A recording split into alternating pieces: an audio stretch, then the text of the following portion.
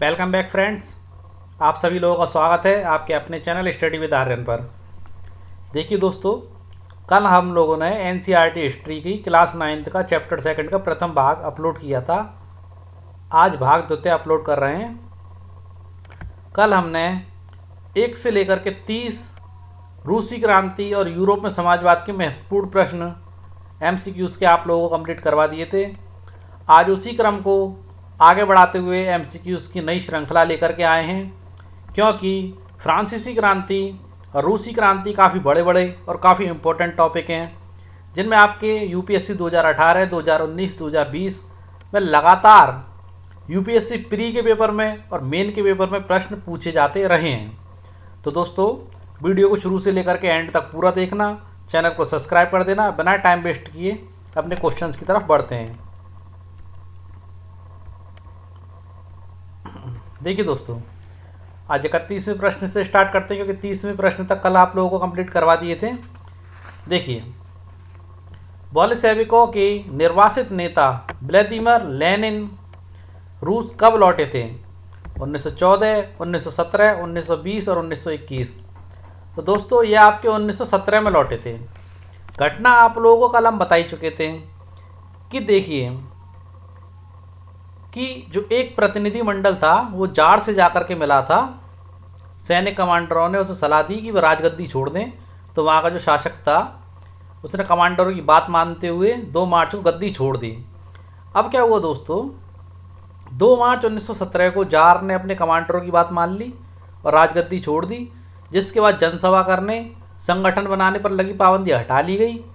हालांकि निर्वाचन का तरीका सब जगह एक जैसा नहीं था, लेकिन पेट्रोग्राद सोवियत की तर्ज पर सब जगह सोवियतें बना ली गई थी। उसी के कारण दोस्तों 1917 को ही बोल्शेविक के निर्वासित नेता व्लादिमीर लेनिन रूस लौट आए। लेनिन के नेतृत्व में बोल्शेविक 1914 से ही युद्ध का विरोध कर रहे थे। कब से विरोध कर रहे थे ये लोग? युद्ध का 1914 से ही ये लोग विरोध कर रहे थे। ये महत्वपूर्ण बात यहाँ पर एक निकल करके आती है। ओके दोस्तों, आगे देखते हैं अगला प्रश्न। अप्रैल थीसिस की मांग किसने एवं कौन सी मांग नहीं थी, एवं उसमें कौन सी मांग नहीं थी? पॉइंट नंबर पहला, अप्रैल थीसिस की मांग लेनिन ने की थी। इनमें 3 मांगें थी। ये पॉइंट सही है। वैसे टोटली जो मांगें बताई जाती हैं उनकी 10 बताई जाती हैं। लेनिन ने कहा कि युद्ध समाप्त किया जाए। ये भी बात सही है। लेनिन की मांग थी युद्ध समाप्त किया जाए। सारी ज़मीन सरकार के हवाले कर दी जाए। ये बात गलत है और प्रश्न आपकी गलत चीज़ ही पूछ रहा नहीं थी। तो लेनिन ने सारी ज़मीन सरकार के हवाले कर दी जाए ऐसा नहीं कहा था, बल्कि लेनिन ने कहा था कि सारी ज़मीन किसानों के हवाले कर दी जाए। किसके हवाले कर दी जाए? किसानों के। और बैंकों का राष्ट्रीयकरण कर दिया जाए। ये मांगे लेनिन की थी। दोस्तों, इसके साथ ही लेनिन ने एक सुझाव और दिया था कि अब अपने रेडिकल उद्देश्यों को स्पष्ट करने के लिए बोल्शेविक पार्टी का नाम बदलकर कम्युनिस्ट पार्टी रख दिया जाए। क्या नाम रखना चाहते थे वो? बोल्शेविक पार्टी का नाम बदलकर कम्युनिस्ट पार्टी नाम रखना चाहते थे। आगे देखते हैं अगला प्रश्न। देखिए, प्रश्न नंबर 33वां, बोल्शेविकों द्वारा आयोजित विशाल प्रदर्शनों का भारी दमन कब किया गया था? जुलाई 1917, फरवरी 1917, अगस्त 1917, अगस्त 1920। तो आप लोगों को बता देते हैं, विशाल प्रदर्शनों का भारी दमन आपका जुलाई 1917 में किया गया था। देखिए दोस्तों, जुलाई 1917 में बोल्शेविकों द्वारा आयोजित की गई विशाल प्रदर्शनों का भारी दमन किया गया। बहुत सारे बोल्शेविक नेताओं को छुपना पड़ा और वहाँ से भागना पड़ा था। और इसकी महत्वपूर्ण जानकारी दूसरे पेज पर हम आप लोगों को देंगे। देखिए अगला प्रश्न। जब तक पेट्रोग्राद सोवियत और बोल्शेविक पार्टी को सत्ता पर कब्जा करने के लिए लेनिन ने कब राजी किया था? महत्वपूर्ण प्रश्न है। 16 अक्टूबर 1917, 15 अक्टूबर 1915, 20 अक्टूबर 1917, 21 अक्टूबर 1918। तो आप लोगों को बता देते हैं, 16 अक्टूबर 1917 को लेनिन ने पेट्रोग्राद सोवियत और बोल्शेविक पार्टी को सत्ता पर कब्जा करने के लिए राजी कर लिया। एक चीज़ और जान लीजिए दोस्तों, सत्ता पर कब्जा करने के लिए लियान ट्रोट्स्की के नेतृत्व में क्या नाम था, लिख देता हूँ मैं यहाँ पर, लियान वैसे इससे संबंधित एक प्रश्न मैंने पीछे दिया गया है, फिर भी मैं यहाँ पर लिख देता हूँ।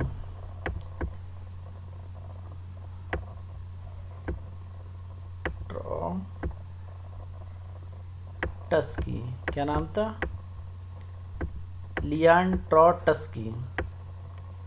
देखिए दोस्तों, लियान ट्रॉटस्की के नेतृत्व में सोवियत की ओर से एक सैनिक क्रांतिकारी समिति का गठन किया गया था और इस बात का खुलासा नहीं किया गया है कि योजना को किस दिन लागू किया जाएगा। ओके दोस्तों, इस योजना का या इस बात का खुलासा नहीं किया गया योजना को कब लागू किया जाएगा। ओके, आगे देखते हैं प्रश्न नंबर 35वां। अक्टूबर 1917 की क्रांति के समय रूस के प्रधानमंत्री कौन थे? Lenin, Kerensky, Abraham Lincoln, Leon Trotsky. तो आप लोग बता देते हैं कि 1917 उस समय जो प्रधानमंत्री थे रूस के आपके, वो केरेंस्की थे। कौन थे? केरेंस्की थे।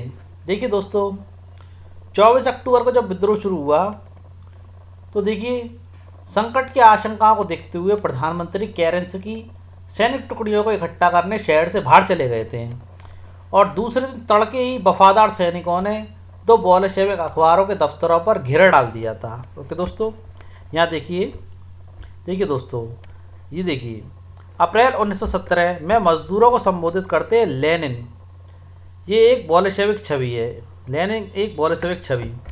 आगे देखिए, कुछ और दिखाना चाहता हूँ मैं आप लोगों को। देखिए 17 जुलाई 1917 को बोल्शेविक समर्थन प्रदर्शनकारियों पर सेना द्वारा गोलाबारी का दृश्य है। देखिए, गांव में किसान और उनके समाजवादी क्रांतिकारी नेता भूमि पुनर्वितरण यानी कि दोबारा बांटने के लिए दबाव डालने लगे।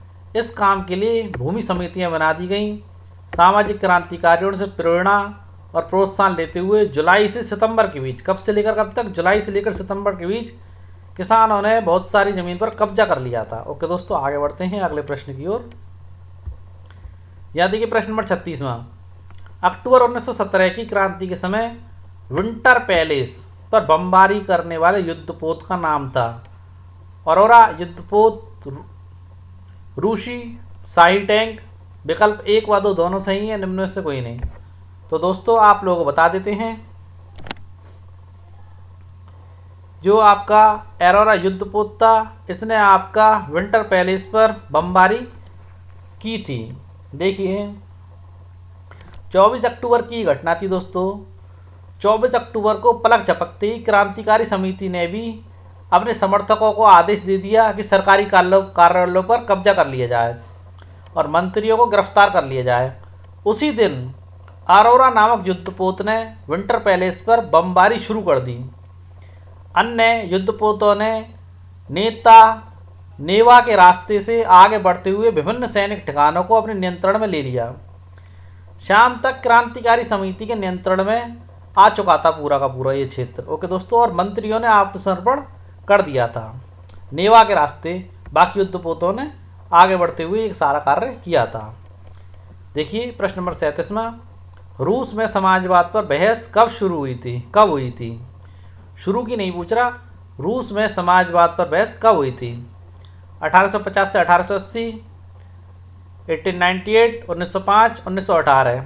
तो दोस्तों रूस में समाजवाद पर बहस महत्वपूर्ण और मेन पॉइंट है दोस्तों, की पॉइंट भी माना जा सकता है। ये आपके 1850 से 1880 के बीच में हुआ था। ओके दोस्तों, प्रश्न नंबर 38वां।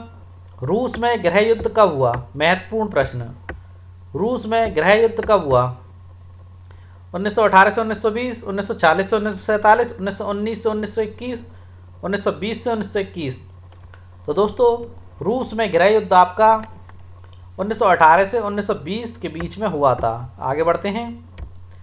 देखिए यहाँ विभिन्न समय और उस समय पर जो महत्वपूर्ण काम हुए थे वो दिए गए हैं, उसे आपको नीचे दी गए कूट से मिलान करना है, सूची से सम्मिलित करना है। देखिए 1929 में कौन सी महत्वपूर्ण एक बड़ी घटना हुई थी वो पूछ रहा आपसे, तो आप लोग बता देते हैं। 1929 में आपकी सामूहिकरण की शुरुआत हुई थी। किसकी शुरुआत हुई थी? सामूहिकरण की शुरुआत हुई थी। आगे देखते हैं 1898। 1898 में क्या हुआ था? देखिए 1898 में Russian social democratic workers party की स्थापना हुई थी। किस पार्टी की स्थापना हुई थी? Asian social democratic works party की स्थापना हुई थी।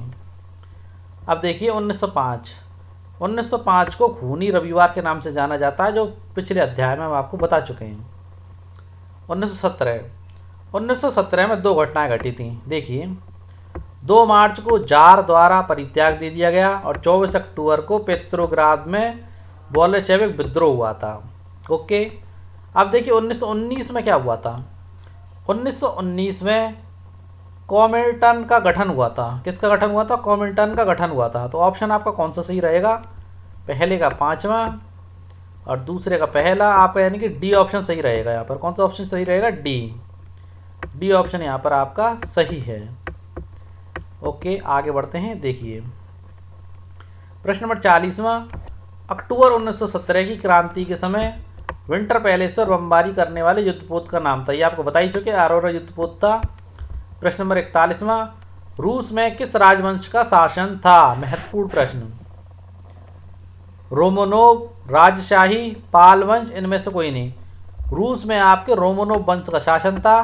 दोस्तों ये शासन आपका 1613 से प्रारंभ हुआ था और इसका अंत 1917 में हुआ था, जो हम आप लोगों को बता चुके हैं। कल आप लोगों को बताया था इसके अंत की तारीख हमने 2 मार्च 1917 को अंत हुआ था। ओके दोस्तों, जब परित्याग दे दिया था जार ने। अब देखिए प्रश्न नंबर 42वां, 1917 ईस्वी की पहली, इंपॉर्टेंट प्रश्न, पहली रूसी क्रांति को किस नाम से जाना जाता है? फरवरी क्रांति, मार्च क्रांति, अक्टूबर क्रांति, नवंबर क्रांति। तो आप लोगों को बता दें वो आपकी फरवरी क्रांति के नाम से जानी जाती है, जो फरवरी 1917 में हुई थी। कब हुई थी? फरवरी 1917 में। कब? फरवरी 1917। देखिए यहाँ देखिए दोस्तों, रूसी क्रांति की तारीख मैंने शो कर रखी है। रूस में 1 फरवरी 1918 तक जूलियन कैलेंडर का अनुसरण किया जाता था। किस कैलेंडर का अनुसरण किया जाता था? महत्वपूर्ण बिंदु, जूलियन कैलेंडर का अनुसरण किया जाता था। इसके बाद रूसी सरकार ने गैगेरियन कैलेंडर, जो आजकल हम लोग यूज़ करते हैं दोस्तों, सारे महीने आजकल जो कैलेंडर यूज़ करते हैं वो गैगेरियन कैलेंडर है। जनवरी फरवरी जिसके अकॉर्डिंग न्यू ईयर बनाते हैं वो गैगेरियन कैलेंडर है। तो रूसी सरकार ने गैगेरियन कैलेंडर अपना लिया, जिसका अब सब जगह इस्तेमाल किया जाता है। गैगेरियन कैलेंडर जूलियन कैलेंडर से 13 दिन आगे चलता है। इस वाले कैलेंडर से गैगेरियन कैलेंडर हमारा 13 दिन आगे चलता है। कितने दिन आगे चलता है? 13 दिन आगे चलता है। इसका मतलब हमारे कैलेंडर के हिसाब से फरवरी क्रांति 12 मार्च को और अक्टूबर क्रांति 7 नवंबर को संपन्न हुई थी। कभी कभी घुमाने के लिए प्रश्न कह सकता है गैगेरियन कैलेंडर के हिसाब से, जूलियन कैलेंडर के हिसाब से, तो उस चीज़ का आप कैलकुलेशन कर लेना अच्छे से। आगे बढ़ते हैं अगले प्रश्न की ओर। देखिए प्रश्न नंबर 43, रूस में बैंकों का राष्ट्रीयकरण कब किया गया था? 1917, 1918, 1914, 1920। तो आप लोगों को बता देते हैं इसका जो राष्ट्रीयकरण किया गया था 1917 में किया गया था। पर कुछ महत्वपूर्ण बिंदु जान लीजिए आप लोग।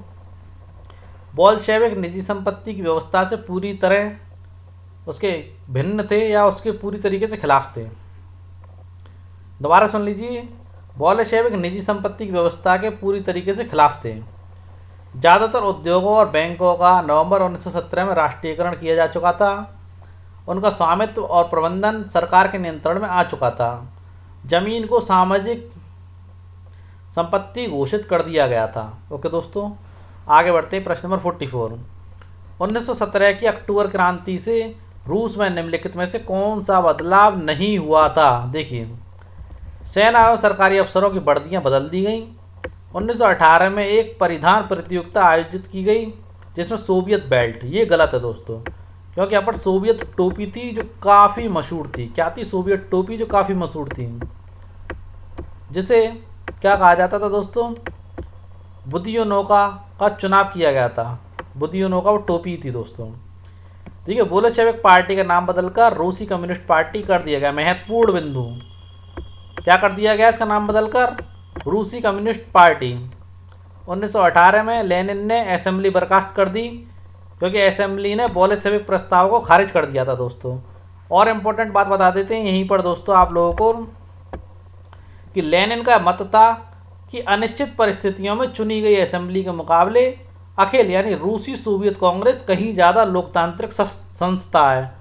उसके इस मत को असेंबली ने स्वीकार नहीं किया, तो इसके कारण उसने असेंबली को ही खारिज कर दिया था। दोस्तों देखिए, 3 मार्च 1918 में बोल्शेविकों ने ब्रेस्ट लिटोवेस्क ने जर्मनी में संधि कर बोल्शेविक पार्टी, देखिए अपने ही समर्थकों के विरोध के बाद भी बोल्शेविक ने ब्रेस्ट लिटोवेस्क जर्मनी से संधि कर ली एवं बोल्शेविक पार्टी अखिल रूसी सोवियत कांग्रेस के लिए चुनाव में हिस्सा लेने वाली एकमात्र पार्टी रह गई थी उसके बाद। ओके दोस्तों, देखिए 1917 में कलाकारों लेखकों ने कला और वास्तुशिल्पी के क्षेत्र में नए प्रयोग किए थे।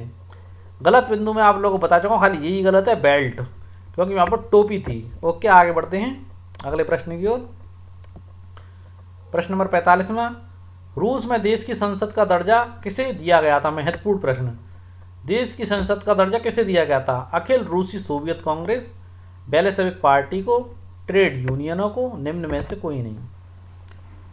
तो दोस्तों पहले यहाँ पर सुन लीजिए आप लोग, अखिल रूसी सोवियत कांग्रेस को अब देश की संसद का दर्जा दे दिया गया था। रूस एक दलीय राजनीतिक व्यवस्था वाला देश बन गया था। ओके दोस्तों, तो किसे दिया गया? अखिल रूसी सोवियत कांग्रेस को। देखिए 46वां प्रश्न, रूस में चेका, ओजीपीयू, एनकेवीडी किसे कहा गया था? गुप्तचर पुलिस को, रूसी संसद को, या असेंबली को, या समाजवादियों को? तो आप लोगों को बता देते हैं दोस्तों, ये वहाँ की गुप्तचर पुलिस को कहा गया था। किसे कहा गया था? गुप्तचर पुलिस को। प्रश्न नंबर 47, नवंबर 1917 ईस्वी की क्रांति, नवंबर 1917 ईस्वी की रूसी क्रांति का तत्कालीन कारण क्या था? ये प्रश्न काफ़ी बार पूछा जा चुका है दोस्तों। देखिए, किसानों का असंतोष, श्रमिकों का असंतोष, प्रथम विश्व युद्ध में रूस की पराजय, निम्न में से कोई नहीं। तो दोस्तों इसका महत्वपूर्ण कारण आपका प्रथम विश्व युद्ध में रूस की पराजय थी। अगला प्रश्न देखिए 48वां, रूस के शहरों में अनाज का भारी संकट कब पैदा हुआ? किसी टाइम पर रूस काफ़ी अनाज उत्पन्न करता था और बाहर बेचता भी था। एक समय ऐसा आया जब यहाँ पर अनाज का ही भारी संकट पैदा हो गया। वो कौन सा समय था? 1927 से 1928, 1929 से 1930, 1931 से 1940, निम्न में से कोई नहीं। तो दोस्तों वो समय था आपका 1927 से 1928। और जानकारी ले लीजिए थोड़ी सी। नियोजित अर्थव्यवस्था का शुरुआती दौर खेती के लिए सामूहिकीकरण से पैदा हुई तबाही से जुड़ा हुआ था। 1927 से 1928 के आसपास रूस के शहरों में अनाज का भारी संकट पैदा हो गया।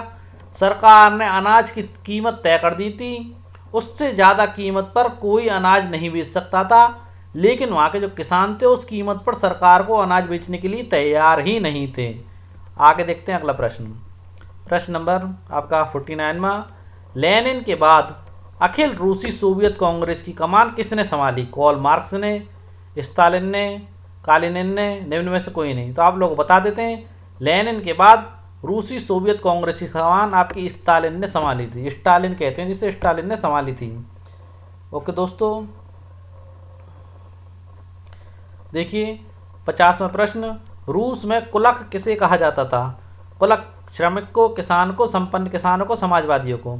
तो दोस्तों कुलक संपन्न किसानों को कहा जाता था, जो लोग अनाज को दबा करके बैठे थे। और देखिए स्टालिन ने छापामार कार्रवाई के द्वारा इन किसानों से या इन लोगों से अनाज की उगाही की थी, यानी कि अनाज के जो काले भंडार थे उन लोगों को अनाज उन लोगों से निकलवाया था। आगे देखते हैं अगला प्रश्न।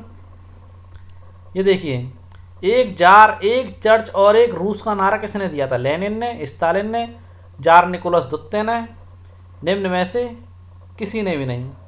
तो दोस्तों एक जार, एक चर्च और एक रूस का नारा आपका जार निकोलस द्वितीय ने दिया था, जो वहाँ के शासक थे अंतिम। प्रश्न नंबर 52वां देखिए, लाल सेना का गठन किसने किया था? महत्वपूर्ण प्रश्न पूछा जा चुका है पहले भी। लाल सेना का गठन किसने किया था? कार्ल मार्क्स ने, स्टालिन ने, ट्रोट्स्की ने, या केरेंस्की ने? तो दोस्तों आप लोग बता देते हैं कि 28 जनवरी 1918 को ट्रोट्स्की ने लाल सेना का गठन किया था। तारीख लिख लीजिए, 28 जनवरी 1918 को ट्रोट्स्की ने किया था। ओके दोस्तों, आगे देखते हैं प्रश्न नंबर 53वां, आधुनिक रूस का निर्माता किसे माना जाता है? Lenin, Stalin, Trotsky, Kerensky. तो बता देते हैं आधुनिक रूस का निर्माता स्टालिन को माना जाता है, क्योंकि स्टालिन ने पंचवर्षीय योजना रूस में प्रारंभ की थी, जिसके 3 मुख्य उद्देश्य थे। एक तो सामूहिक कृषि करना, उद्योगों भारी उद्योगों को बढ़ावा देना, नए श्रमिक समाज का निर्माण करना। और स्टालिन को रूस का लौह पुरुष भी कहा जाता है, और स्टालिन शब्द का अर्थ ही लौह पुरुष होता है दोस्तों, लौह होता है ना। आगे देखते हैं अगला प्रश्न, 54वां प्रश्न, रूस में खेतों के सामूहिकरण के संबंध में निम्नलिखित में से कौन सा कथन गलत है? देखिए, सामूहिकीकरण के संबंध में कौन सा कथन गलत है पूछ रहा है। जब अनाज की कमी लगातार बनी रही तो खेतों के सामूहिकरण का फैसला लिया गया। इसके पक्ष में तर्क दिया गया कि अनाज की कमी इसलिए क्योंकि खेत बहुत छोटे छोटे थे, जो कि बात सही भी थी दोस्तों। आधुनिक खेत विकसित करने के लिए उन पर मशीनों की सहायता से औद्योगिक खेती करनी चाहिए, बिल्कुल, जिससे ज़्यादा उपज प्राप्त की जा सके। कुलकों का सफाया करना, किसानों से ज़मीन छीनना सामूहिकरण के लिए जरूरी माना गया, जिससे विशाल खेतों का निर्माण किया जा सके दोस्तों। राज नियंत्रित यानी कि सरकारी नियंत्रण वाले विशालकाय खेत बनाना जरूरी नहीं माना गया। ये पॉइंट गलत है, क्योंकि जरूरी माना गया था। इन सब कुछ करने के बाद भी दोस्तों फसलों की उपज बढ़ी नहीं थी, जिसके कारण विद्रोह फैलने लगा, परंतु धीरे धीरे स्टालिन ने वहां पर अपनी पकड़ बनाए रखी थी दोस्तों।